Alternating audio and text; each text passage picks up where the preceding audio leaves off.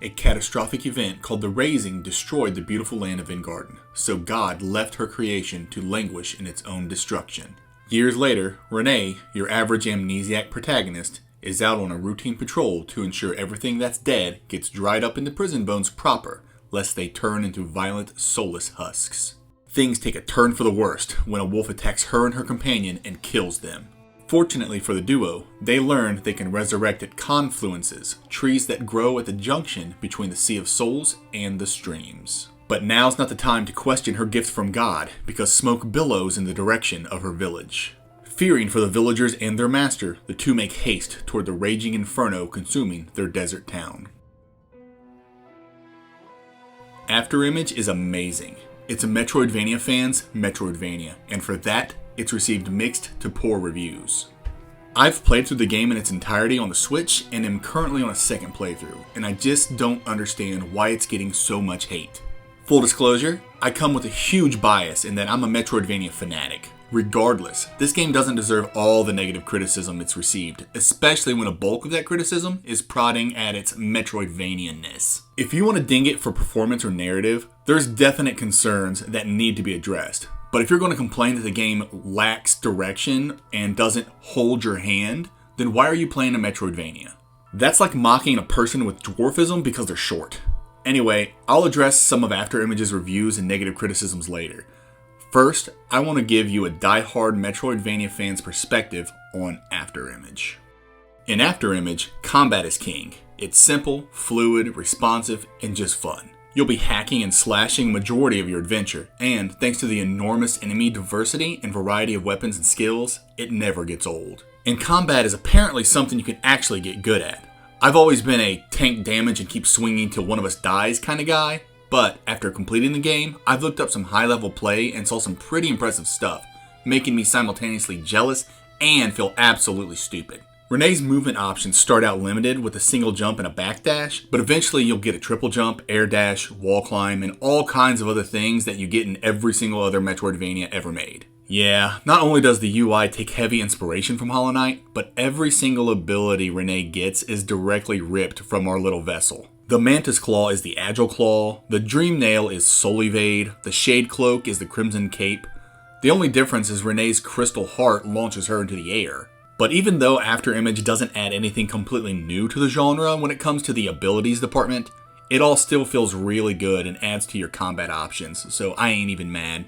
As stated earlier, Renee has multiple types of weapons at her disposal, each with varying degrees of attack speed, reach, and power, allowing for options to adjust combat to your liking. Each of the 6 weapon types felt good to play with. Some people like the whip for its range and ridiculous anti-air and projectile deflecting capabilities. Some people like the dual blades for their DPS and quickness. Me, I like the blade for its powerful yet graceful mid-air double slash. However you want to play, Afterimage has you covered and allows you to equip 2 weapons at once. As you play, the game constantly gives you better weapons, armor, and accessories. Renee also uses magic tomes and staves to cast spells and fire projectiles, just in case you want to play like a coward. Seriously though, magic was just mid. I never once used a mana potion to replenish my MP. I'm just not a magic guy, especially when some of the staves lock you in an animation that'll get you bodied. Now, HP potions, I use the garbage out of those. This game gets pretty difficult as you progress, with some bosses taking you out in just a few hits. Renee has an innate healing option, prayers that work exactly like Estus flasks, but the animation takes longer than most later bosses care to wait. So yeah, lots of health potions. There's a hub town you find very early in the game called Resting Town, and it'll eventually get an NPC who sells potions in exchange for dew, the game's currency. You'll get dew when you kill things, sell stuff, or beat them out of dew deposits. You can exchange them for the aforementioned potions, equipment, key items, and strangely enough, upgrades called Afterimages. Afterimages do all kinds of things, like letting you run a little faster, or letting you see through mist, or making it so your prayers are faster and can't be interrupted. Obviously the most broken Afterimage in the game. You can only equip one Afterimage in the beginning until you find Divine Seeds to increase the amount you can carry.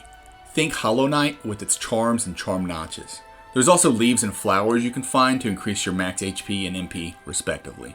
Afterimage uses a traditional leveling system based on experience from slaughtering enemies. With each level, you get a talent point to use on your skill tree. It works well enough, increasing stats and unlocking weapon abilities, but it's also regulated by level caps. There's a lot of times when growth is stifled because the next nodes you can unlock are 5 levels away. It's nothing major, but it felt odd. And then there's the corpse running, because of course there is. Upon death, you'll lose experience you've gained since your last level up. This stupid mechanic needs to die. It discourages exploration and adds very little to the overall experience, in my opinion. Speaking of exploration, oh baby, do you explore in this game. If combat is king in Afterimage, then exploration is queen. In all my years of playing Metroidvanias, I've never played one with a map as big as Afterimage's End Garden. Up until now, Hollow Knight's map was the biggest, but Afterimage has it beat and it's not even close. For reference, I'd estimate Afterimage's End Garden to be 50% larger than Hollow Nest and probably 4 times as big as Symphony of the Night's castles. I'm not exaggerating when I say this game's enormous. In my first playthrough, I was 30 hours in and still finding new biomes to explore. Take this information as you will. I understand if that's too big of a Metroidvania for some. Typically, I'd agree, but Afterimage's exploration, married with its combat, was always exhilarating. I couldn't put this game down. I had to know what was around the next corner because there was just so much to see and do in End Garden. Throughout your journey, you'll find all kinds of secrets and collectibles. Dew deposits, chests filled with potions, weapons, armor, and accessories, spellbooks and staves, talent points, NPCs with side quests. The list goes on, and there's plenty to do in this massive map, and traversing it feels incredible. Platforming with Renee feels smooth and quick, and the platforming segments along the way are always entertaining and challenging, but never too challenging. Just enough so you're satisfied once you've overcome it. You won't see any Path of Pain levels of frustration here. And the way the biomes connect to one another is logical and at times fascinating. The first time I got to the columns via Emerald Falls was breathtaking. Jumping off that cliff and through the clouds surprised me. I figured it was a regular pit and I'd take damage. Nope. A whole other biome to explore. Discoveries like that are why I play Metroidvanias, and Afterimage is full of these moments.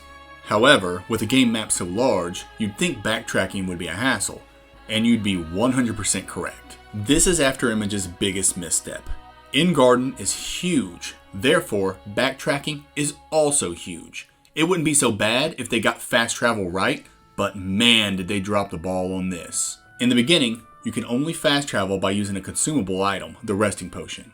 Use it and you'll warp to any save point you've found along the way. Not only does limiting fast travel to using an item freaking suck, but resting potions aren't sold in stores. You find them during your journey, and there's a very finite amount. Apparently, a patch has been released that made it so a shopkeeper in Resting Town sells them, but that patch hasn't been implemented on the Switch yet. Still, that's a terrible solution. Fast travel should be free, especially if you're already at a save point. I don't know why they designed fast travel this way. How does this limitation enhance gameplay? About 8 hours in, I got a skill that allowed me to travel to specific save points for free. This helped alleviate a lot of the anxiety I had built around back traveling, but it still sucked. Resting potions were still limited, at least till very late into the game, and are still necessary to travel to the non-specific save points. They should take a page from Ender Lilies and let you go to any save point whenever for free. Fixing this one issue would elevate the game so much, no joke. Another issue I had was the map updating system. Biome names are withheld from players upon first entering areas because their names are written in the game's made-up language. Names only get translated once you find an NPC to tell you where you are. Admittedly, I thought that was a pretty neat idea, but what isn't neat is that until you translate the biome's name, you have no map to refer to. You can see where you've already been on the map screen, but only after going to a save point and updating the map, just like in Hollow Knight. I hated it when Hollow Knight did it, and I hate that Afterimage does it. Just give me a map, or at least update it while I'm exploring. I don't need that much realism in my beautiful fantasy game about giants and wizards. Did I mention the game's beautiful? I probably don't have to. Just look at it.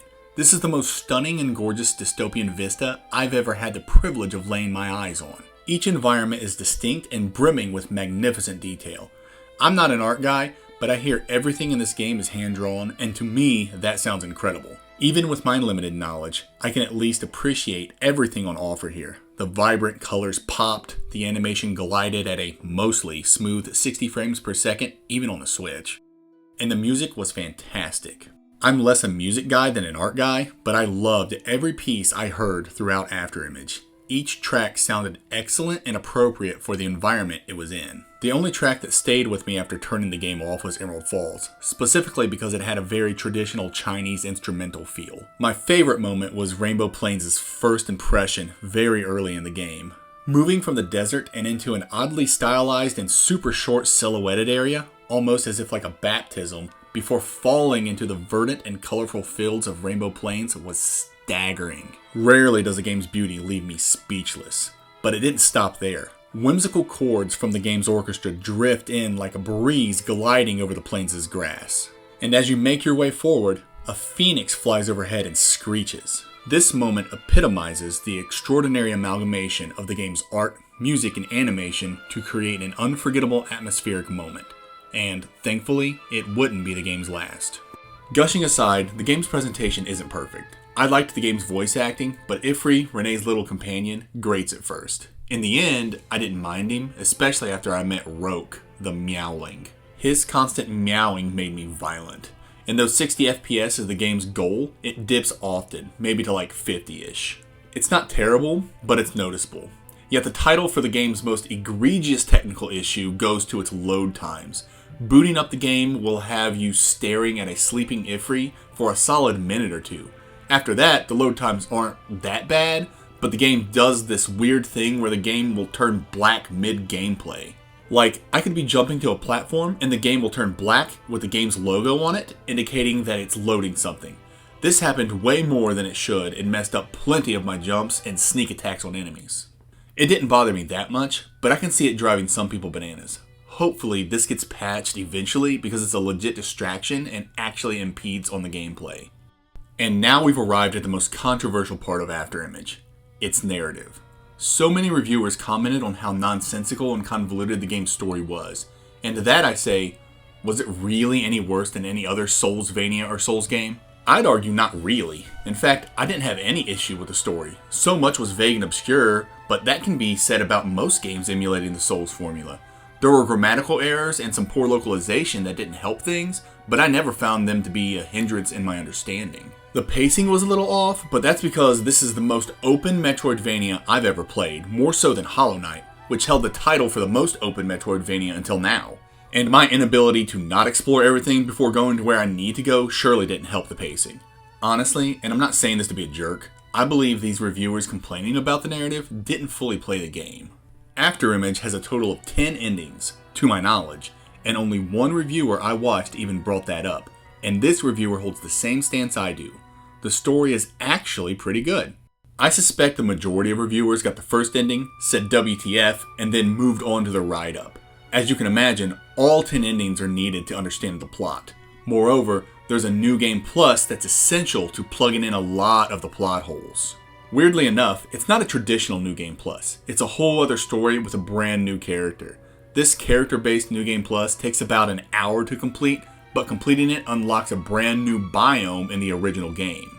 So you have to beat the original game, then beat the New Game Plus, then go back to the original game to find the new area to get the true ending. This is, in fact, convoluted, but I absolutely loved it. So what is the story? Well, I'm not one for spoilers, but I'll say it revolves around humanity's overreaching ambitions and how unchecked hubris negatively affects everything. Nature, humans, Goliaths, and even God. And whatever the dialogue and the narrative lacks, the environmental storytelling on offer here will more than pick up the slack. So much exposition and world building can be inferred simply by drinking in the striking surroundings. A Soulsvania and Souls-like staple, and a very effective method of storytelling. I'd like to spend some time now addressing the terrible reviews I've read and watched for this game. I'm not going to call anyone out, but most concerns were oddly universal. It appears the reviewers played a build of the game that got patched before hitting the general public, so I can at least give them some grace around performance issues like bad hitboxes and the like, which I didn't experience, but they most likely did. Anyway, let's look at our first complaint. The story's nonsensical. I've already addressed this. I don't think it's any worse than any other Soulsvania or Souls-like game, and I'm confident these reviewers didn't get every ending. In their defense, they're video game reviewers and do this for a living, meaning they have deadlines. I don't have deadlines. I play Metroidvanias because I love them and am more than willing to drop the time necessary for optimal enjoyment. So I didn't mind spending the time to understand the story. Metroidvanias aren't my favorite. I don't really like or play Metroidvanias. Then don't review Afterimage. I hate sports games, so you'll never hear me reviewing Madden or FIFA. If I go into an area I'm not leveled up for, enemies kill me instantly. They should warn me if I'm not supposed to be there yet. Killing you was the warning. That's a very common Metroidvania trope. That's like getting mad at a survival horror game because ammo is so sparse. Shut up with this.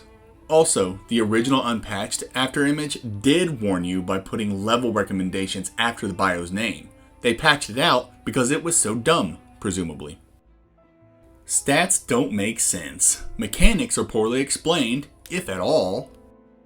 What reviewers are referring to here is actually valid, but also it's kinda not a big deal in my opinion. Some reviewers cite how a sword will have a stat of plus 61 sword damage and a great sword will have plus 67 great sword damage and claim they don't know which one is more powerful. It's indeed vague because sword damage and great sword damage sound like two different stats, cause they are, and the game doesn't really explain it to you, cause it doesn't. Same thing with spellbooks and stabs that add 2.5% Anemo damage. 2.5% of what?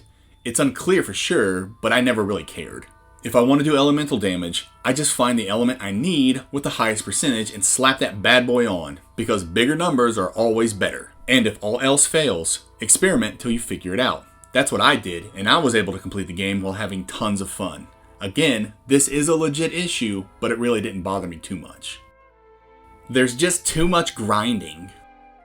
I don't even understand this one. I heard it from a couple of reviewers, one of which whose take was so bad I honestly thought it was satire. This dude dinged the game because he couldn't beat the first boss and was forced to grind in Rainbow Plains for hours. Like, bro, for real, stop playing video games. I never once grinded in Afterimage. Matter of fact, I felt the challenge was impressively consistent throughout my entire playthrough, with a few exceptions from some of the later bosses. I'm not trying to be rude, but seriously, don't review video games if you don't know how to play them. It's like Cuphead all over again. With all the lame reviewer complaints aside, is there anything the game could improve upon from a Metroidvania lover's perspective? I'd say the game's narrative would have been much stronger had they adhered to the old writing adage, show, don't tell. For instance, the concepts of the stream and rebuilding would have been easier to grasp if they actually showed rebuilding. Better example, there's a part where they want to rebuild someone, but can't because there are demons in the stream stopping them. It'd have been so much better to see these demons than simply telling me they're there. I can kinda imagine demons in a stream, but because I don't actually ever see the stream in action or the demons, it loses its impact.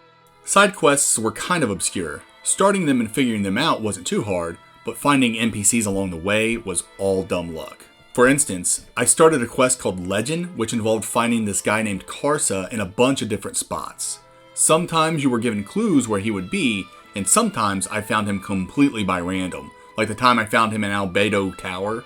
Cooking side quests were the same. I'd complete a quest for a cooking NPC, then randomly find them at some save point I was visiting while backtracking. It was always a pleasant surprise, but I never felt like I had a grasp on where the side quests would go next. And maybe that's the point. But I hate the idea that I missed a bunch of stuff because NPCs were in places I didn't think about revisiting. One particular side quest disappointed me greatly, the Grand Fairy quest with the glyphs of Shenlong. I don't want to spoil anything, but it doesn't lead to anything worthwhile in my opinion. No cool loot, no path to a true ending, just an Easter egg and a whole lot of disappointment. And it's a game-spanning quest, so you really feel like something great should come out of it. Whatever, I'm sure someone loved its conclusion, just not me. I also felt like I was super lucky while playing because I would unlock stuff without even knowing it. For instance, there's this sword you need to pull out of the ground, and I did it no problem. I researched it afterward because it was super anticlimactic, and it turns out you need to find some things in order for Renee to lift the sword, and I had somehow stumbled upon them during my journey. That's bound to happen in such an open game, but if the game would have acknowledged that I used the key items when I lifted the sword, like a splash screen showing the item and saying, Renee used X, that would have been so helpful. Many times I was able to do stuff and I didn't know why. How did I open this door? Oh, I got this key. I forgot about it. Wish it had told me by showing me the key I used. It sounds like a nitpicky gripe, but it'd have made a huge difference if I knew what item I used to do certain things. There's also this odd overworld map section where you ride a JPEG manta ray. It's unique in a Metroidvania and reminded me of Donkey Kong Country 3, but I hated how it controlled. That's all. I just wanted to plug this overworld map section in somewhere because it was so strange. Let's wrap this up. Would I recommend Afterimage? Maybe not to non-Metroidvania fans or Metroidvania newcomers, but to Metroidvania vets, absolutely. I'll say it again. This is a Metroidvania fan's Metroidvania. If you like Hollow Knight, if you like Ender Lilies, if you like Blasphemous, you're gonna like Afterimage. The combat's snappy and satisfying, the exploration seemingly never ends and offers so much to discover, and the game is simply gorgeous.